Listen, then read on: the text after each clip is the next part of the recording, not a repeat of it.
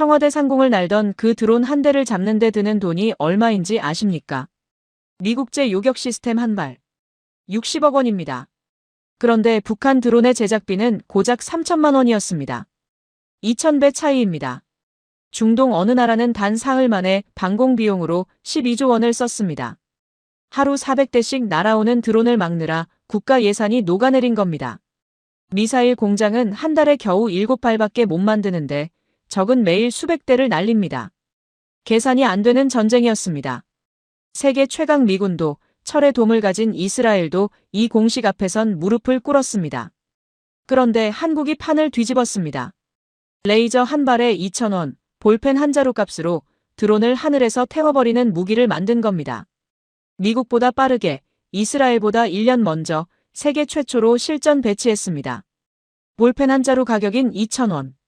무려 300만 배의 격차를 뒤집은 그 놀라운 반전이 지금 바로 공개됩니다. 잠깐만요. 혹시 지금 어디서 듣고 계신가요? 구독과 좋아요 미리 눌러주시면 건강하고 행복한 기운 듬뿍 받으실 거예요.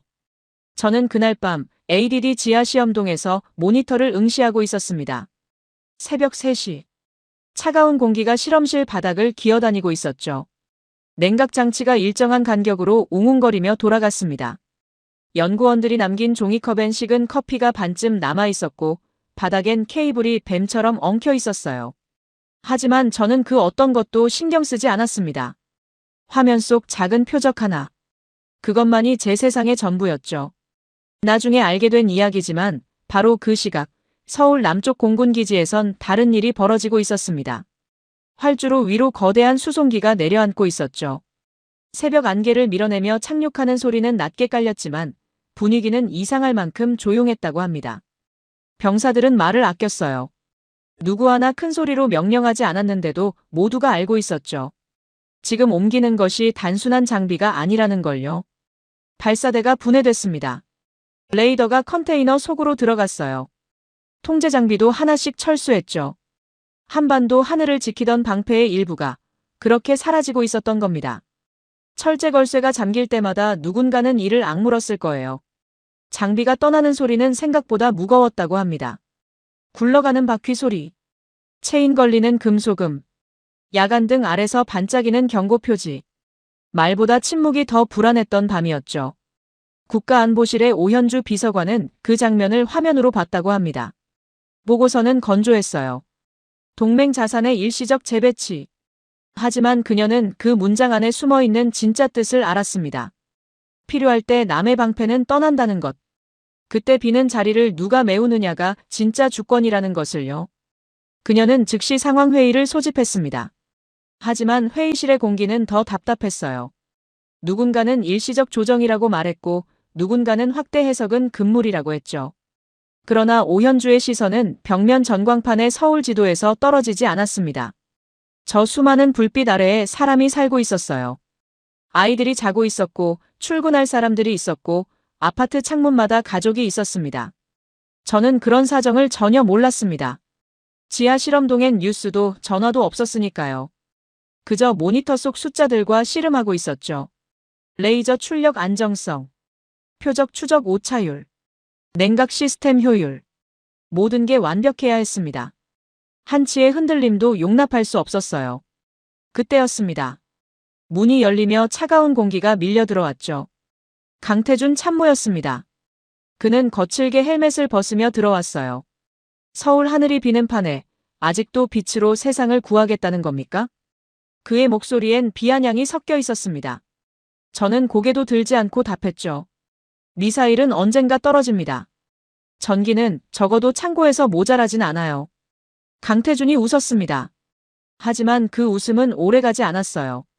그는 제 뒤로 와서 모니터를 봤습니다. 화면 속엔 작은 드론 모형이 떠 있었고 레이저가 그것을 정확히 추적하고 있었죠. 오차 범위는 0.3mRadian 이하. 바람이 불어도 표적이 흔들려도 레이저는 정확히 한 점을 물고 있었습니다. 이게 진짜 되긴 됩니까? 강태준의 목소리가 조금 달라졌어요. 저는 처음으로 그를 봤습니다. 될 거예요. 반드시요. 그의 눈빛이 복잡했습니다. 믿고 싶지만 믿기 어렵다는 표정이었죠. 그는 과거 청와대 상공을 날던 드론을 기억하는 사람이었습니다. 그날 아무것도 못했던 자신의 손을 기억하는 사람이었어요. 서진 박사. 그가 낮게 말했습니다. 이번엔 정말 우리 손으로 막아야 합니다. 저는 고개를 끄덕였습니다. 더 이상 말이 필요 없었어요. 우리 둘 다 알고 있었으니까요. 이번이 마지막 기회일 수도 있다는 걸요. 그 무렵 화상 브리핑 화면 속에선 레이먼드 케인이라는 남자가 말하고 있었습니다. 나중에 그 영상을 봤죠. 백발의 신사. 완벽한 슈트. 절대로 목소리를 높이지 않는 타입이었어요. 현대방공은 신뢰성과 가격이 비례합니다. 그의 말은 교과서적으로 들렸습니다. 하지만 저는 그 문장 뒤에 숨은 뜻을 알았어요. 비싼 무기만이 진짜 무기다. 그게 그가 평생 믿어온 철학이었죠. 그리고 그 철학으로 세상을 지배해왔던 겁니다. 한국의 새 체계 따위는 장난감일 뿐이라고 그는 믿고 있었어요. 실험동을 나서자 새벽 공기가 폐를 찔렀습니다. 하늘은 아직 어두웠어요. 서울 어딘가에선 사람들이 자고 있었고 누군가는 야근을 끝내고 귀가하고 있었죠. 평범한 밤이었습니다. 하지만 저는 알고 있었어요. 이 평온이 얼마나 위태로운지를요. 그날 밤 택시 안에서 김도훈이라는 예비역은 라디오를 듣고 있었습니다. 해외 긴장 고조로 일부 동맹 자산 재배치. 아나운서의 목소리는 차분했어요. 하지만 김도훈의 손은 핸들을 꽉 쥐고 있었죠. 그는 젊은 시절을 떠올렸습니다. 군복 입고 미제 장비 취급서를 외우던 날들을요. 늘 남의 것에 기댔던 시절. 남의 허락을 기다려야 했던 시절. 그때도 지금도 가슴 한쪽이 허전했습니다. 이번에도 또 남이 지켜주길 기다리라는 건가. 그의 혼잣말은 빈 택시 안에 흩어졌습니다. 저는 그날 밤 잠들지 못했습니다. 실험 데이터를 보고 또 봤어요. 숫자들이 춤을 췄습니다. 가능성과 불가능 사이에서요. 창밖으론 서울의 불빛이 반짝이고 있었습니다. 저 아래 어딘가에 제 아버지가 평생 바라던 것이 있었어요. 우리 손으로 만든 방패 하나쯤은 있어야 한다. 아버지는 그걸 보지 못하고 떠나셨죠. 하지만 저는 아직 여기 있었습니다. 그리고 이제 정말로 비는 자리를 채울 카드가 있는지 증명해야 했어요. 남의 방패가 떠난 밤. 저는 모니터 앞에 앉아 생각했습니다. 빛으로 하늘을 지킬 수 있을까? 전기만으로 드론을 떨어뜨릴 수 있을까? 서울 도심에서 낙탄 없이 정말로요. 그 질문에 대한 답을 찾는 것. 그게 제게 남은 전부였습니다. 저는 그날을 절대 잊을 수 없습니다. 몇 해 전 서울 상공이 뚫리던 날을요. 그날은 이상하게도 하늘이 너무 맑았어요. 그래서 더 모욕적이었습니다. 저는 집에서 뉴스를 보고 있었죠. 화면엔 군 관계자가 나와 차분하게 말하고 있었어요. 현재 조사 중에 있습니다. 하지만 저는 그 차분함 속에서 더 큰 굴욕을 느꼈습니다. 저기 서울 하늘을 구경하고 갔는데 우리는 조사 중이라는 말밖에 못하고 있었어요. 창밖으로 보이는 아파트 단지. 편의점 불빛. 늦은 밤 귀가하는 사람들. 평범한 일상의 풍경이 그날만큼은 너무 위태롭게 느껴졌습니다. 나중에 안 이야기지만 그날 현장엔 강태준이 있었다고 합니다. 그는 지휘통제실에서 모든 걸 지켜봤죠. 레이더 화면 구석에 검은 점 하나. 처음엔 새인가 싶었다고 해요. 하지만 그 점이 금지구역 쪽으로 방향을 트는 순간 분위기가 급변했습니다. 헤드셋 안으로 급박한 목소리가 쏟아졌어요. 표적 추적 중. 고도 너무 낮음. 식별 불가. 그런데 문제는 잡는 게 아니었습니다. 어떻게 떨어뜨리느냐가 문제였죠. 전투기가 출격했어요. 하지만 너무 빨랐습니다. 작은 드론을 붙잡기엔 속도가 맞지 않았죠. 헬기도 올라갔어요. 그런데 도심 상공이었습니다. 잘못 쏘면 낙탄이 시민 머리 위로 떨어질 수 있었어요. 결국 그 작은 점은 국가 권력의 심장을 내려다보는 상공을 제 집처럼 오갔습니다. 강태준은 그날의 공기를 잊지 못한다고 했어요. 무력함이 숨처럼 무거웠다고요. 전투기도 헬기도 미사일도 다 있었는데 소형 드론 하나를 확실하게 도심에서 떨어뜨릴 방법이 없었습니다. 그날 밤 저는 책상 앞에 앉아 생각에 잠겼습니다. 우리에겐 모든 게 있었어요. 첨단 레이더, 빠른 전투기, 정확한 미사일. 그런데 왜 작은 드론 하나를 못 잡았을까요? 답은 간단했습니다. 시스템이 반대로 설계돼 있었던 거예요. 빠르고 비싸고 큰 것만 상대하도록요. 작고 싸고 느리고 낮은 것. 그게 앞으로 더 무서운 위협이 될 거라는 생각이 들었습니다. 며칠 뒤 내부 회의가 열렸어요. 저는 처음으로 강하게 밀어붙였습니다. 우리는 드론을 잡는데 아직도 대포를 들이대고 있습니다. 회의실이 조용해졌어요. 저는 계속했습니다. 도심은 전장보다 좁고 시민은 표적보다 가깝습니다. 이 문제를 해결하려면 완전히 다른 방식이 필요해요. 누군가는 웃었습니다. 빛으로 드론을 떨어뜨린다는 말은 SF처럼 들렸으니까요. 누군가는 예산 낭비라고 말했어요. 강태준도 그 자리에 있었습니다. 전장에선 멋있는 말보다 당장 떨어지는 적을 막는 게 먼저입니다. 그의 목소리는 냉소적이었어요. 하지만 저는 물러서지 않았습니다. 보드판에 작은 드론 실루엣을 그렸죠.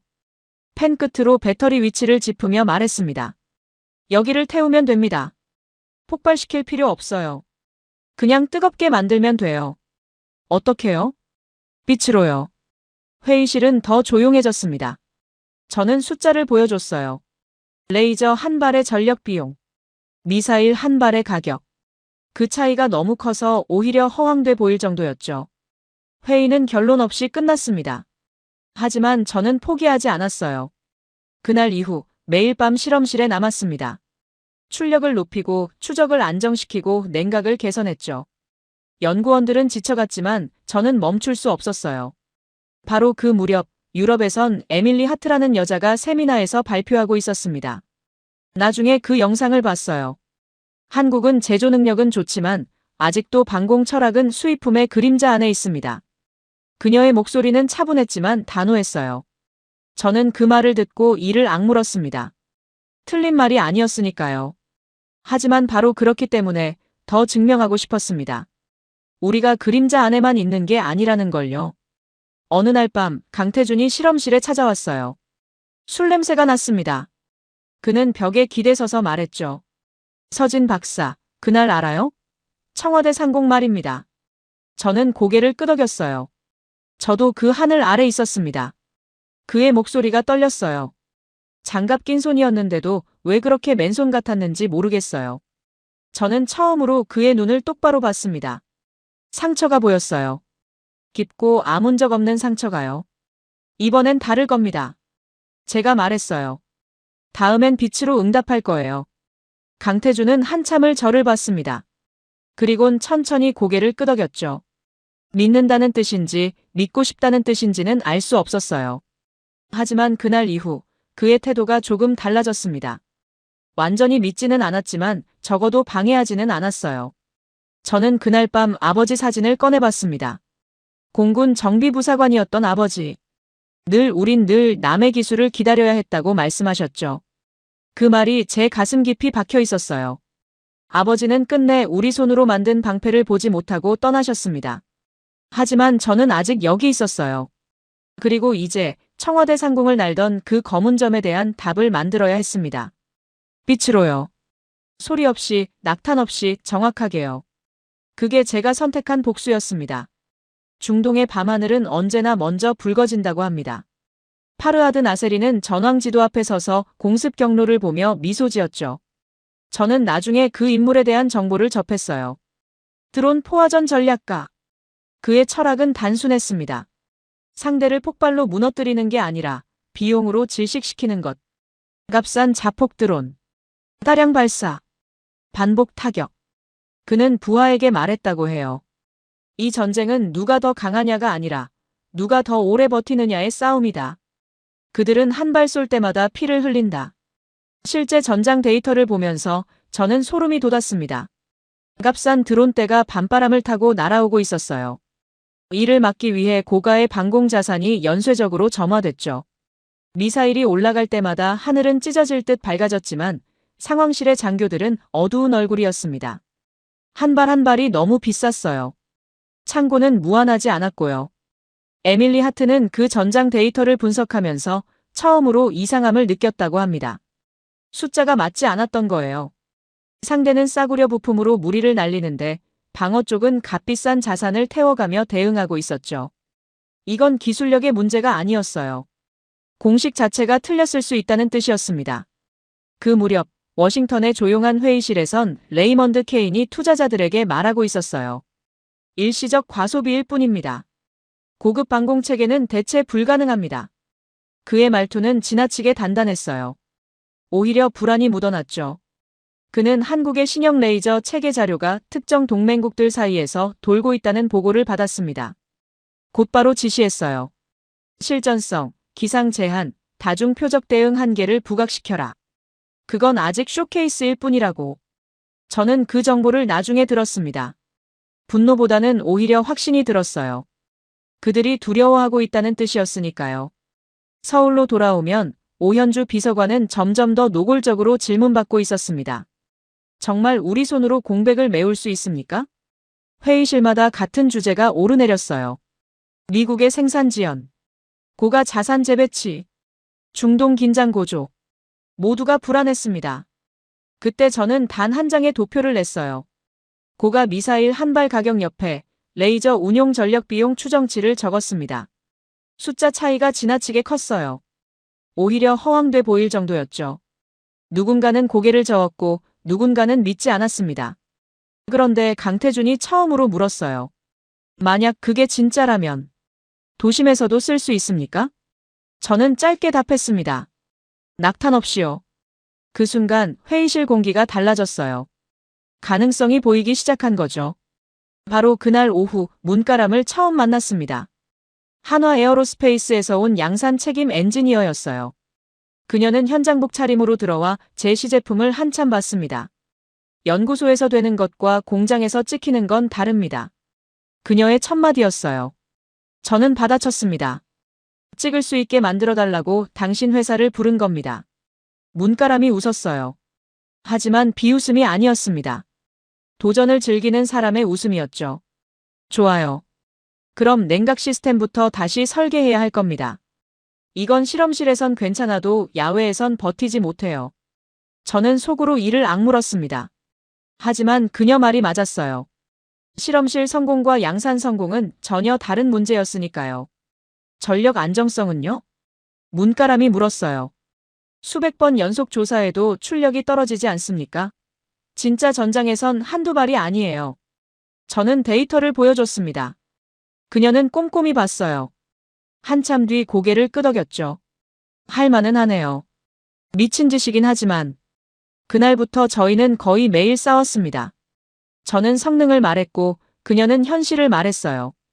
저는 가능성을 보여줬고 그녀는 공정을 따졌죠. 하지만 이상하게도 싸울수록 신뢰가 쌓였습니다. 둘 다 완벽주의자였고 둘 다 타협하지 않았으니까요. 어느 날 밤 실험동에서 또 충돌했어요. 이 소재론 안 됩니다. 양산 수율이 30%밖에 안 나와요. 문가람이 단호하게 말했죠. 저는 화가 났습니다. 그럼 수율을 올리세요. 기술은 만드는 거예요. 만드는 기술도 기술입니다. 박사님은 한 대 성공시키면 되지만 전백 대를 똑같이 찍어내야 해요. 저는 할 말이 없었습니다. 그녀 말이 맞았으니까요. 결국 소재를 바꿨어요. 성능은 조금 떨어졌지만 안정성은 올라갔습니다. 그게 현실이었어요. 연구소의 완벽보다 전장의 신뢰가 더 중요했던 거죠. 그 무렵 해외에선 다른 움직임이 있었습니다. 레이먼드 케인이 각국 구매 담당자들에게 압력을 넣고 있었어요. 한국 시스템은 아직 검증되지 않았습니다. 실전 배치 일정을 서두르면 위험합니다. 겉으론 조언처럼 들렸지만 사실상 방해였죠. 하지만 저희는 멈추지 않았습니다. 멈출 수 없었어요. 서울 하늘이 비어가고 있었으니까요. 저는 매일 밤 창밖을 봤습니다. 도시의 불빛, 평온한 일상. 그 평온이 얼마나 위태로운지 사람들은 모르고 있었어요. 하지만 저는 알았습니다. 그리고 이제 비싼 방패의 시대를 끝낼 준비를 하고 있었죠. 빛으로요. 에밀리 하트가 처음으로 생각을 바꾼 건 중동 전장 데이터를 보고 나서였습니다. 저는 나중에 그녀의 보고서를 읽었어요. 다층 방공망의 빈틈을 메우는데 한국산 체계가 생각보다 훨씬 큰 역할을 하고 있었습니다. 고도별로 역할이 나뉜 공중 방어에서 기존 강대국 체계만으로는 비어있던 구간을 한국산 체계가 받아내고 있었던 거예요. 서류 위에선 다들 보안 전력이라 적었지만 실제 전장에선 그 보안이 핵심이 되는 순간이 왔습니다. 중동의 사막기지. 밤하늘은 검었어요. 발사 명령은 짧았죠. 한국산 체계가 조용히 올라갔습니다. 요란한 선전도 드라마틱한 애국 구호도 없었어요. 오직 작전 통제실에 숨막히는 침묵만이 있었죠. 강태준은 국내에서 그 실전 영상을 보며 말없이 턱을 쥐었습니다. 표적이 한두 개가 아니었어요. 동시에 쏟아지는 위협 속에서 시스템이 흔들리지 않고 다음 표적, 또 그 다음 표적을 물고 갔습니다. 그의 눈빛이 처음으로 바뀌었어요. 이거 진짜네. 그 한마디엔 놀라움과 안도가 섞여 있었습니다. 에밀리 하트는 현지 관계자 인터뷰를 하면서 더 놀랐다고 해요. 그들은 처음엔 미국산만 원했다고 합니다. 하지만 이제는 한국산 일정이 당겨지길 바라고 있었어요. 이유는 단순했습니다. 값이 싸서만이 아니었어요. 실제 전투에서 함께 묶여 움직였기 때문이었죠. 한국 체계는 혼자 잘 싸운 게 아니었습니다. 다른 체계들과 정보를 주고받으며 빈칸을 막아냈어요. 이건 개발 철학의 차이였습니다. 혼자 빛나는 무기보다 한 팀으로 싸우는 무기. 저는 그 보고를 받고 가슴이 벅찼어요. 우리가 만든 게 진짜 사람을 살리고 있었으니까요. 하지만 레이먼드 케이는 분노했습니다. 그는 비공개 통화에서 말했다고 해요. 그건 운 좋은 사례일 뿐입니다. 반복 검증된 체계가 아니에요. 하지만 말끝이 점점 짧아졌다고 합니다. 구질서가 균열나는 소리를 본인만 가장 먼저 듣고 있었던 거죠. 문가람은 이 분위기를 놓치지 않았어요. 그녀는 한화 생산 라인에서 팀원들에게 말했습니다. 한번 인정받으면 그 다음은 속도입니다. 지금부터는 기술보다 공급이 전쟁이에요. 그 말은 아주 현실적이었어요. 뜨거운 생산동, 반복되는 조립, 냉각장치 시험, 오차를 잡기 위한 재가공, 야근 끝에 식어버린 도시락. 국뽕이 성공하려면 이런 공장 냄새와 금속성 현실이 섞여 있어야 했습니다. 저는 생산 라인을 방문했어요. 문가람이 안내했죠. 보세요, 박사님. 이게 현실입니다. 그녀가 가리킨 곳엔 수십 개의 부품이 늘어서 있었어요. 하나하나 검수하고 조립하고 시험하는 과정. 하나 틀리면 전체가 틀려요. 그래서 느린 겁니다. 저는 고개를 끄덕였습니다. 연구소의 성공과 공장의 성공은 정말 달랐어요. 하지만 바로 그렇기 때문에 문가람 같은 사람이 필요했던 겁니다. 어느 날 에밀리 하트가 한국을 방문했습니다. 처음엔 회의적이었다고 해요. ADD 시험장을 돌아보면서도 여전히 의심이 가득했죠. 하지만 직접 보고 나서 달라졌습니다. 시험 발사, 표적 추적, 정확한 격추. 모든 게 예상보다 안정적이었어요. 에밀리는 메모장에 뭔가를 적었습니다. 나중에 안 이야기지만 이렇게 적었다고 해요. 이건 무기를 과시하는 방식이 아니라 문제를 해결하는 방식이다. 강태준은 그날 에밀리와 짧게 대화했습니다. 어떻게 보셨습니까? 에밀리가 답했어요. 솔직히 놀랐습니다. 한국이 이렇게 빨리 여기까지 올 줄은 몰랐어요. 그 말엔 인정이 섞여 있었습니다. 하지만 저는 아직 웃지 못했어요. 중동에서 성공한 건 미사일 방공이었습니다. 드론은 여전히 다른 문제였죠. 회의실에서 저는 말했습니다. 미사일은 미사일대로 필요해요. 하지만 드론은 다른 언어로 잡아야 합니다. 오현주 비서관이 물었어요. 레이저 말입니까? 네. 빛으로요. 회의실이 조용해졌습니다. 이제 그들도 알고 있었어요. 한국 방공이 실전에서 인정받았지만 진짜 혁명은 아직 오지 않았다는 걸요. 그 혁명은 빛에서 시작될 거였습니다. 서울 도심을 낙탄 없이 지킬 수 있는 2,000원짜리 빛에서요. 저는 그날 밤 실험실로 돌아왔습니다. 모니터 속 숫자들이 춤을 췄어요. 이제 남은 건 그 빛이 진짜 하늘을 지킬 수 있느냐였습니다. 중동에서 한국 방패가 증명됐지만 드론 문제는 여전히 남아 있었어요. 하지만 저는 알고 있었습니다. 답은 이미 제 손 안에 있다는 걸요. 이제 그걸 하늘로 올릴 차례였습니다. 한국산 방패가 중동 하늘에서 성능을 증명해도 저는 웃지 못했습니다. 탄도미사일을 잘 막는 것과 값싼 드론대를 경제적으로 막는 건 전혀 다른 문제였으니까요. 저는 화이트보드에 두 숫자를 적었어요. 하나는 기존 요격수단의 비용. 다른 하나는 싸구려 드론의 생산 단가. 그 차이가 너무 컸습니다. 회의실은 잠시 조용해졌어요. 적은 이 숫자 차이를 무기로 쓰고 있었습니다. 하늘을 뚫는 게 아니라 방어하는 쪽의 심장과 재고와 예산을 찢고 있는 거였죠. 강태준이 실전파답게 물었어요. 좋습니다. 그럼 미사일 말고 뭘로 잡죠? 저는 답하기 전에 창밖을 봤습니다. 해질 무렵 서울의 빌딩 유리창에 붉은 빛이 반사되고 있었어요. 도심은 아름다웠습니다. 동시에 너무 복잡했죠. 어디에 떨어질지 모르는 파편. 잘못 발사된 탄약. 시민의 머리 위를 지나는 비싼 방어. 빛이요. 제가 말했습니다. 강태준은 어이없다는 듯 웃었지만 이번엔 예전처럼 비웃지 못했어요. 이미 그는 알고 있었으니까요. 상식대로만 싸우면 지는 시대가 왔다는 걸요. 유럽에선 에밀리 하트도 같은 고민에 닿고 있었습니다. 그녀는 세미나에서 기존 대드론 방어법들을 검토했어요. 전파교란, 기관포, 소형 요격드론, 고가 미사일.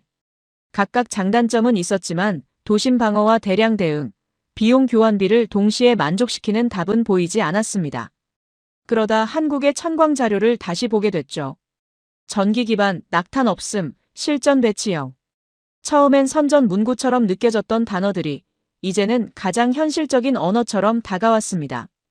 그 무렵 파르하드 나세리는 보고를 받았어요. 한국이 레이저 대드론 체계 전력화를 서두르고 있다는 정보였습니다. 그는 처음엔 웃었다고 해요. 릿, 전쟁이 콘서트인가? 하지만 곧 표정이 굳었습니다. 만약 상대가 자신의 전략 핵심인 비용 소모전을 무력화한다면 자신이 믿어온 포화전 철학도 깨질 수 있었으니까요. 그는 더 많은 드론 실험을 지시했습니다. 전자전 지원, 기만 비행 패턴.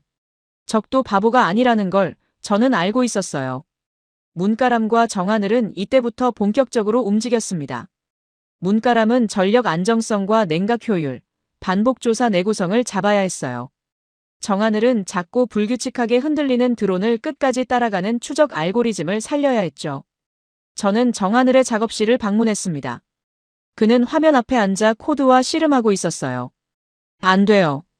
표적이 자꾸 프레임 밖으로 나가요. 그의 목소리엔 좌절이 섞여 있었습니다. 저는 그의 어깨에 손을 얹었어요. 레이저가 약한 게 아니에요. 우리가 먼저 눈을 놓치면 끝이죠. 정하늘이 고개를 끄덕였습니다. 그날 밤부터 그는 밤을 새웠어요. 추적 속도를 올리고 예측 알고리즘을 개선하고 흔들림 보정을 강화했습니다. 일주일 뒤 그가 찾아왔어요. 눈은 충혈돼 있었지만 표정은 밝았습니다. 됩니다. 이제 놓치지 않아요. 화면 속 작은 드론이 좌우로 흔들렸지만 레이저 조준점은 정확히 중심을 물고 있었어요. 0.1초 단위로 위치를 예측하고 보정하고 따라갔습니다. 저는 처음으로 웃었습니다. 잘했어요. 정하늘도 웃었어요. 하지만 곧 진지해졌죠. 이제 진짜 시험이 남았습니다. 맞았어요. 실험실에서 되는 것과 하늘에서 되는 건 달랐으니까요. 며칠 뒤 오현주 비서관이 찾아왔습니다. 윤 박사님, 일정을 당겨야 할 것 같습니다. 그녀의 목소리는 무거웠어요. 미국 자산 추가 이동 가능성이 제기됐어요. 공백이 더 커질 수 있습니다. 저는 손에 든 펜을 내려놨습니다. 아직 완벽하지 않아요. 완벽할 때까지 기다릴 시간이 없습니다. 오현주가 단호하게 말했어요. 저는 창밖을 봤습니다. 서울의 밤이 평온했어요. 하지만 그 평온이 얼마나 위태로운지 저는 알고 있었습니다. 알겠습니다. 시연 일정을 잡겠어요. 그날 밤 저는 팀원들을 모았습니다. 2주 뒤 야외 시험을 합니다. 실제 드론을 떨어뜨려야 해요. 모두가 긴장했어요. 하지만 아무도 물러서지 않았습니다. 우리 모두 알고 있었으니까요. 이번이 마지막 기회일 수도 있다는 걸요. 문가람이 말했습니다. 냉각 시스템 최종 점검하겠습니다. 정하늘이 말했어요. 추적 알고리즘 한 번 더 돌리겠습니다. 저는 고개를 끄덕였습니다. 우리가 만든 빛이 정말 하늘을 지킬 수 있는지 증명할 시간입니다. 그날 밤 집으로 돌아와 저는 아버지 유품 상자를 열었어요. 오래된 정비장갑, 누렇게 바랜 사진 한 장. 그 안에 짧은 문장이 적혀 있었습니다. 우리 손으로 만든 방패 하나쯤은 있어야 한다. 아버지는 이걸 보지 못하고 떠나셨죠. 하지만 이제 그 방패가 빛의 형태로 완성되려 하고 있었습니다.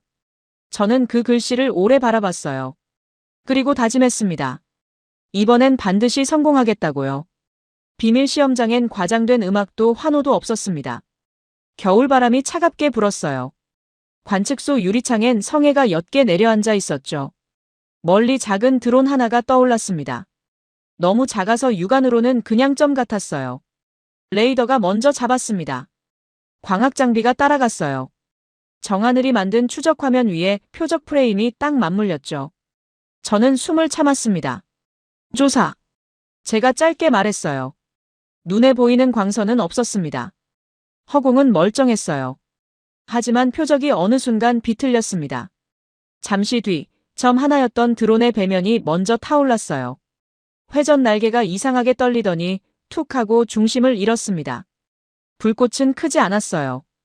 그런데 더 무서웠습니다. 소리 없이 뜨거운 죽음이 스며든 느낌이었죠. 관측 장비엔 특정 부위 온도가 치솟는 그래프가 떴습니다. 배터리, 기체, 내부 핵심부. 700도 이상으로 순간 가열된 표적은 하늘에서 버티지 못하고 떨어졌어요. 강태준은 그 장면을 보고도 한동안 말이 없었습니다. 그는 포성과 폭음을 믿어온 사람이었어요. 그런데 지금 방금 본 건 너무 조용해서 오히려 더 무서웠던 거죠. 이걸 서울 한복판에서도 쓸 수 있다는 겁니까? 그가 물었어요. 저는 고개를 끄덕였습니다. 미사일처럼 탄이 날아가서 사라지는 게 아니에요. 전기만 있으면 다시 쓸 수 있습니다. 강태준이 숨을 들이켰어요. 비용은요? 한 발에 약 2,000원 정도예요. 회의실이 조용해졌습니다. 누군가는 믿지 못한다는 표정이었어요. 하지만 숫자는 거짓말하지 않았습니다. 캔커피 한 잔 값으로 드론 한 대. 고가 미사일 한 발이면 수천 대를 떨어뜨릴 수 있었죠. 에밀리 하트는 이 시연에 참관하며 처음으로 말을 잃었습니다. 그녀는 오랫동안 세계 각국 무기 시연을 봐왔어요. 하지만 대부분은 보여주기 위한 이벤트였죠. 그런데 여기선 반대로 보여주기가 너무 초라해서 오히려 진짜처럼 느껴졌습니다. 대형 스크린도 화려한 프레젠테이션도 없었어요. 작은 표적이 떠 있고 그 표적이 갑자기 기능을 잃고 떨어질 뿐이었습니다. 에밀리는 메모장에 썼어요. 이건 무기를 과시하는 방식이 아니라 문제를 해결하는 방식이다. 하지만 성공 직후 곧바로 한계도 드러났습니다. 비가 내리기 시작했어요. 다음 시험 표적이 떴지만 레이저 출력이 불안정해졌습니다. 빗방울이 빛을 산란시켰던 거죠. 출력 70%로 감소. 기술자가 보고했어요. 저는 입술을 깨물었습니다. 예상했던 문제였지만 직접 보니 답답했어요. 안개도 문제였고 복수 표적 동시 대응도 아직 완벽하지 않았습니다. 레이먼드 케이는 이 점을 물고 늘어졌어요. 그는 언론 브리핑에서 빈정댔습니다. 날씨 좋은 날에 작은 표적 하나 떨어뜨리는데 성공했다고 세상이 바뀌진 않습니다. 그 말은 틀린 말이 아니어서 더 얄미웠어요. 하지만 저는 포기하지 않았습니다. 기상조건 보안 알고리즘을 개발하겠습니다. 제가 회의에서 말했어요. 그리고 블로기에선 이동형 다연장 레이저를 만들 겁니다. 오현주 비서관이 물었습니다. 그럼 지금 당장은요? 지금은 맑은 날 서울을 지킵니다.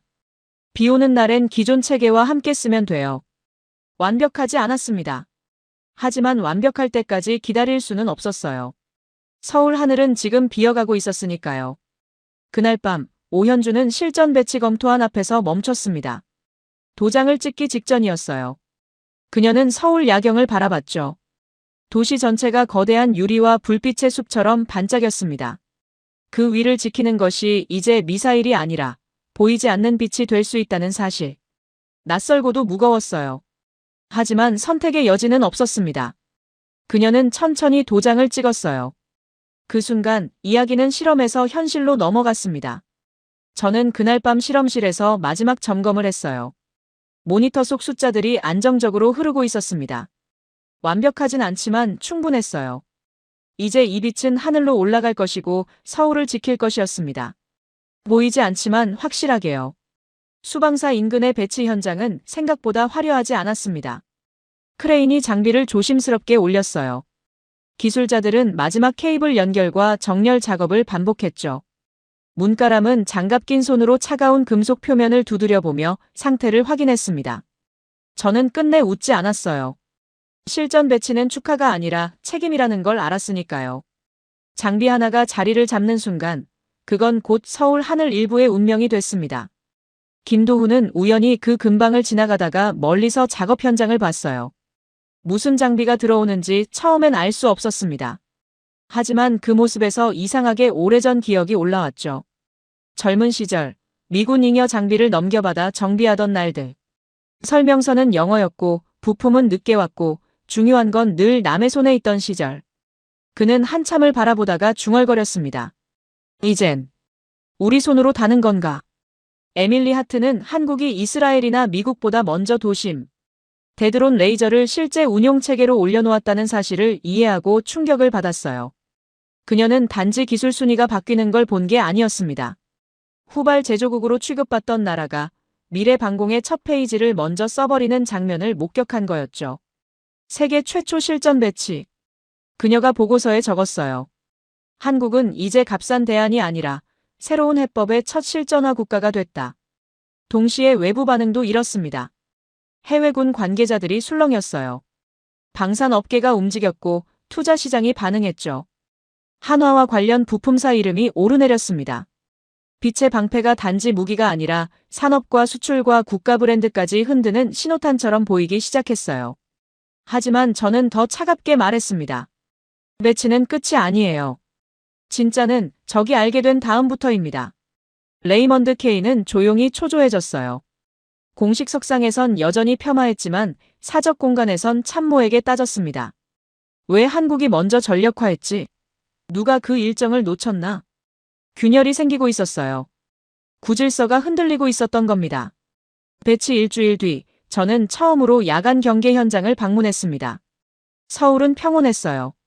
한강 다리 위 자동차 불빛, 늦은 시간 배달 오토바이 소리, 꺼지지 않은 아파트 창문 몇 개. 그 평범한 밤을 보이지 않는 체계가 지켜보고 있었습니다. 전쟁은 일어나지 않았지만 이 평온 자체가 누군가의 밤샘 끝에 유지되고 있었어요.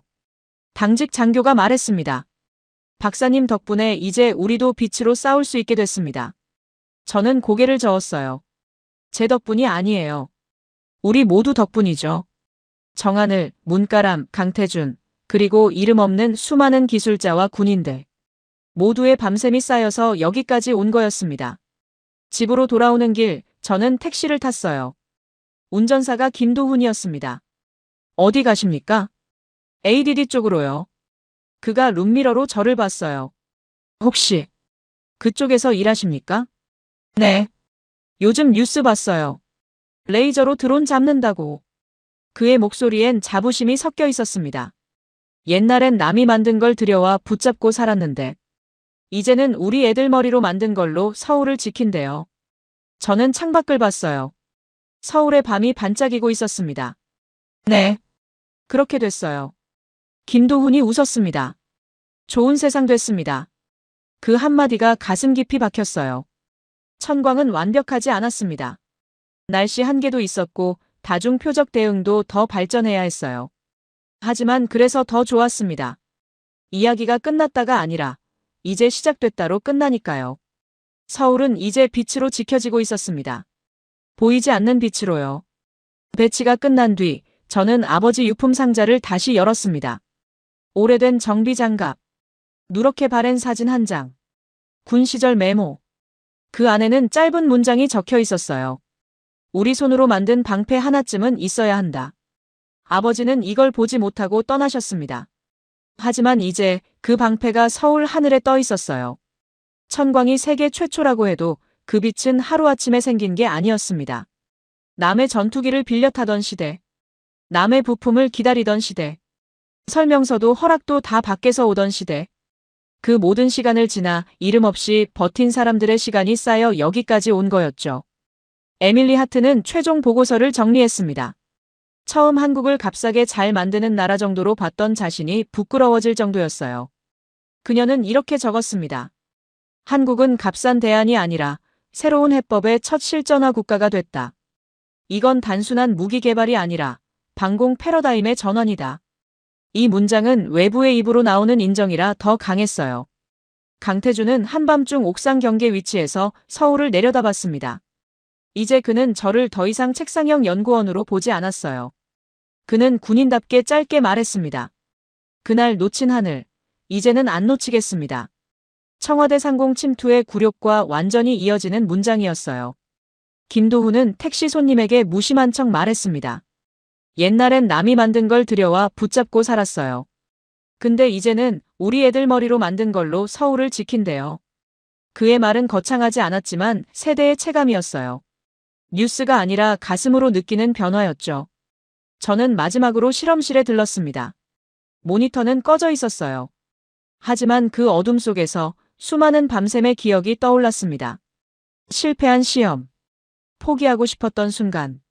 하지만 끝내 버틴 시간들. 천광은 완벽하지 않았습니다. 날씨 한계도 있었고 다중 표적 대응도 더 발전해야 했어요. 이동형 블록이, 더 고출력 체계, 함정 탑재형 같은 다음 단계가 남아 있었습니다. 하지만 그래서 더 좋았어요. 이야기가 끝난 게 아니라 이제 시작됐으니까요. 창밖으로 서울의 밤이 보였습니다.